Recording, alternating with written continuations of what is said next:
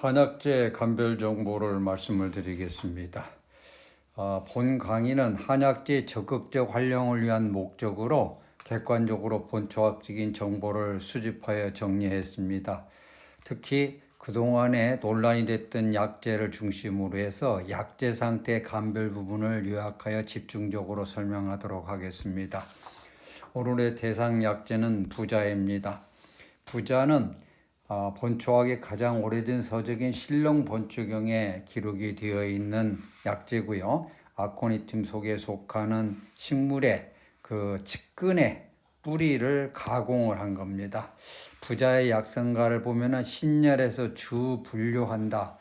효능을 발휘하는데 지체함이 없다. 권력, 회양에 급히 투여를 해야 된다.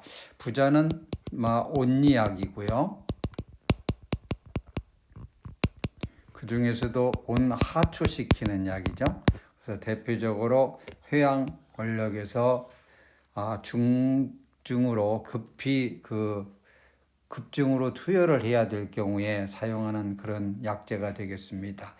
부자의 이름은 오두에 붙어서 생기기 때문에 부자라고 그랬다. 이거는 마치 자식이 부모에 붙는 거와 같다. 그래서 전체적으로 보면 부자의 모양이 모근이 있고요. 이게 지금 오두죠.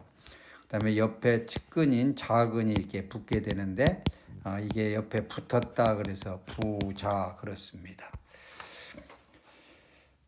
부자는 모관과에 속하는 단생 조분이 부자의 자근입니다. 학명으로는 아코니툼 칼미첼리의 그 자근이고요. 모근은 이제 천호 혹은 오두 이렇게 부르고 있습니다. 산지는 중국에서 상상이 되는데 대표적인 산지가 사천이죠. 그 주성분은 우리가 알다시피 독성물질을 나타내는 아코니틴 성분이고요. 열을 가해도 강심작용을 나타내는 그런 효능이 떨어지지 않는 대표적인 그 성분이 하이게나민 종류입니다. 하이게나민이 이제 강심작용을 나타내는 그런 주된 성분으로 되어 있습니다. 가공 방법에 따른 이름이 굉장히 많죠. 대표적인 게 연부자가 있고요. 흑순편, 백부편 이렇게 세 개로 나눌 수가 있습니다. 연부자는 생부자를 소금물에 꺼냈다 담갔다를 반복해서 부자 바깥에 소금 결정이 생긴 거가 연부자고요. 흑순편과 백부편은 흑순편은 껍질을 벗기지 않고 중간에 채색제를 넣고 등등 해서 수치를 한 거가 흑순편이 되고요. 백부편은 껍질을 벗겨내고 여러 가지 채색제도 넣고 등등등등 해서 만드는 거를 백부편이라고 합니다. 그래서 부자는 연부자, 흑순편, 백부편이 기본적으로 이제 이름이 되는 내용이고요. 그 다음에 또 한 종류가 이제 단부편이라는 게 나오게 되는데, 단부편은 연부자를 흑순편, 백부편을 만들기 전에 가장 간단한 수치를 하는 거죠. 대표적인 거가 감초 흑된 감두탕을 경과를 하는 그런 부자의 그 수치 종료물을 단부편이라고 이 얘기를 하고요. 이거가 이제 아까 얘기한 대로 흑순편, 백부편을 만들게 되고, 그거를 갖다가 이제 수치 포를 해서 이거를 갖다가 이제 우리나라의 경우에는 우리나라에서 수치 과정을 거치면 경포, 중국에서 수치해서 들으면은 당포 이렇게 이름을 붙이는 겁니다. 역대의 부자 수치 방법을 보면은 열을 가하거나 물에 담갔거나 알칼리, 백반 등에 사용했다거나 생강, 흑두, 감초 등을 사용했던 거. 그래서 전체적으로 이 네 가지로 압축이 되게 되는데, 그 네 가지의 주된 내용은 이 아코니틴에는 독성에 대한 문제고요. 그 독성을 감약시키고 약효를 기대를 해야 되기는 그런 필요성 때문에 하는 거죠. 금기를 보면은 금기는 이게 이제 진액이 고갈된 자나 특히 임산부 같은 경우에는 사용을 해서는 안 되겠죠. 부자의 이제 자연 상태의 감별을 간단하게 이야기하겠습니다. 부자는요, 기본적으로 줄기가 직립을 하고요, 잎이 호생을 하는데, 잎이 보면은 크게 세 개로 쪼개집니다. 세 개로 쪼개지고요, 다시 거기에서 이제 또 세 개로 또 옅게 쪼개지는 이런 형태를 나타내게 됩니다. 꽃이 이제 대표적으로 투구 모양을 형성하고 있다. 그래서 투구꽃이고요. 기본적으로는 남자색입니다. 그러나 개 중에는 백색도 있습니다. 뭐 요거를 좀 자세히 보실 필요가 있는데 이게 뿌리에 보면은 모근이 있고 이렇게 측근이 있습니다. 측근이 이게 굉장히 크잖아요. 이게 붙었다 그래서 이제 부자 그렇습니다. 부자를 이제 그 수치 가공의 초보 단계부터 간단하게 이야기를 하면은 이와 같은 부자를 갖다가 이제 연부자를 씻으면 이렇게 되죠. 이거를 갖다가 채색제도 쓰고 등등등 해서 이제 자르면 이렇게 되고요. 요거하고 요거는 보면은 월 기준으로 보면 되냐면 겉에 껍질이 있냐 없냐입니다. 이 껍질이 있게 되면은 요게 흑순편이 되는 거고요. 껍질이 없게 되면은 백부편이 되는 겁니다. 부자의 그 식물상의 특징은 저기 주근이 있고 자근이 있는데 보통 자근이 더 비대하다고 그랬습니다. 아까 잎이 손바닥 모양으로 세 개로 깊게 갈라지고요. 다시 또 작게 갈라지긴 합니다만은 윗부분의 줄기나 잎의 양면에 보면 털이 있습니다. 화경에도 털이 있고요. 이게 아코니tum 속에 속하는 부자의 아코니tum 칼미첼리 원부자의 식물 상태의 특징이 되겠습니다. 약지 상태의 감별입니다. 부자는 이제 여러 가지 가공 방법에 따라서 아까 연부자가 있고 흑순편이 있고 백부편이 있다고 그랬습니다.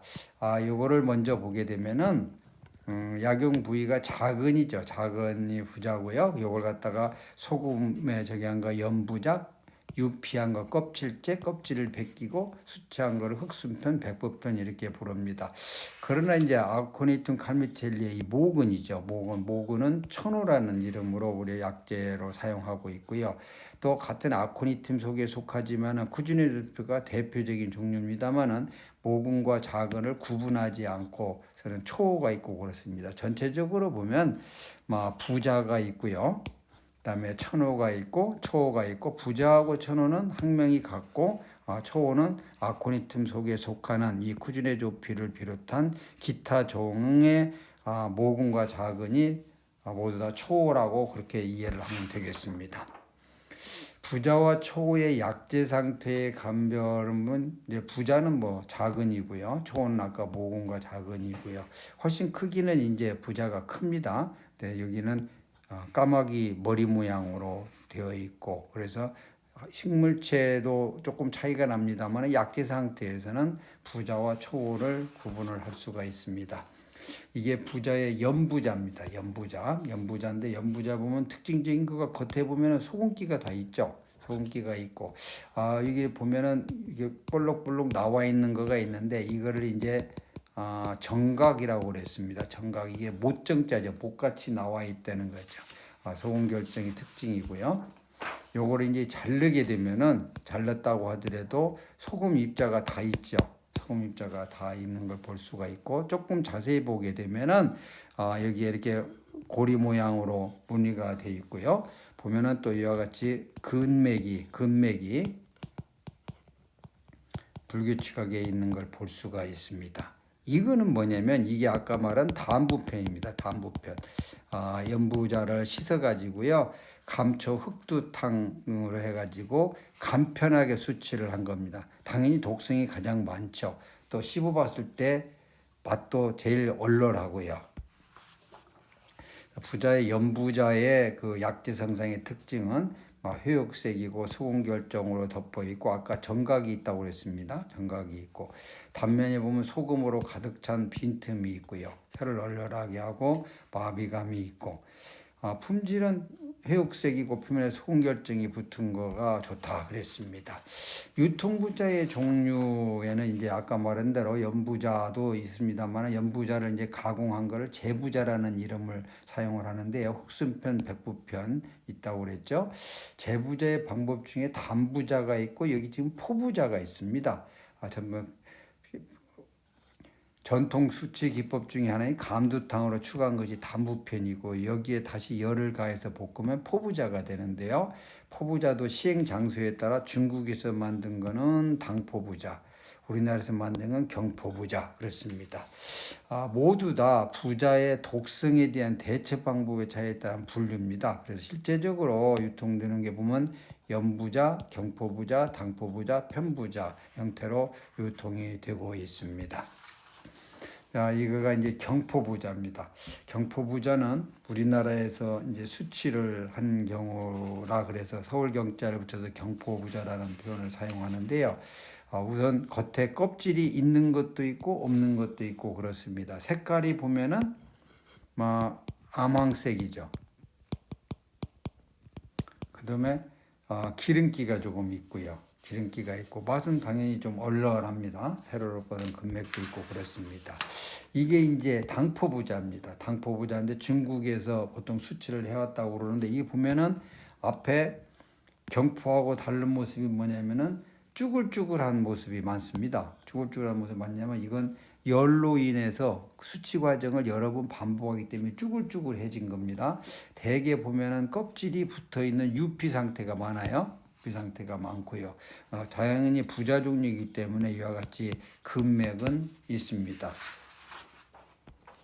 경포부자와 당포부자의 약재성상에 보면 경포는 암황색이고 당포는 색깔이 좀 진하죠. 색깔이 진하고 색이고요. 열로 인해서 쭈글쭈글해진 모습을 볼 수가 있고 단면에 보면은 세로로 뻗은 금맥은 어차피 같이 있는 거고요. 절단면의 색깔 쭈글쭈글한 모습을 갖고 구분을 하면 되겠습니다.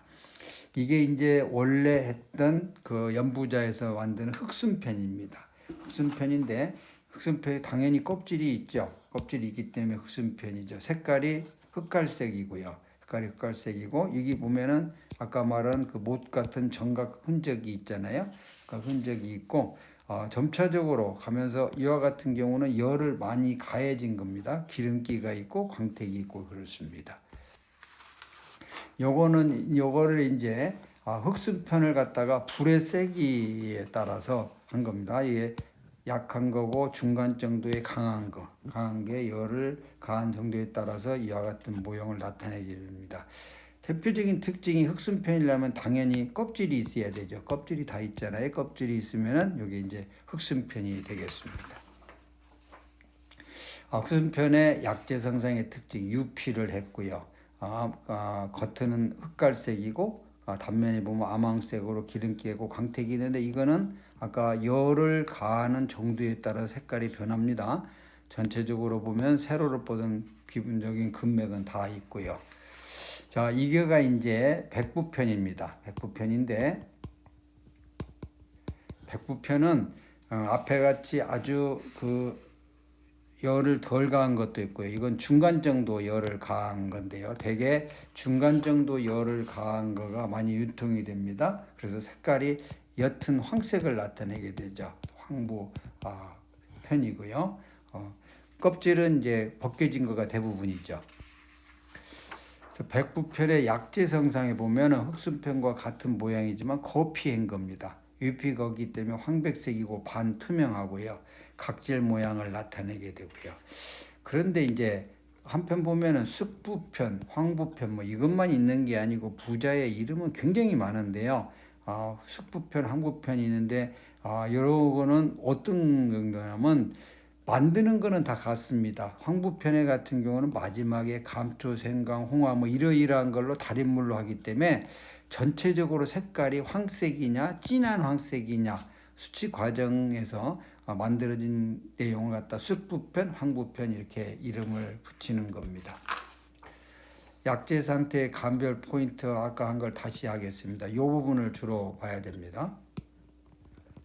자근을 사용하기 때문에 부자고요. 요거가 소금에는 연부자, 유피한 흑순편, 거피한 백부편. 또 모근도 천호라는 이름으로 약재로 사용하고요. 또 아코니튬 속에 속하는 기타 종류는 모근 자근을 구분하지 않고 초호로 사용한다. 그렇게 이야기를 했습니다.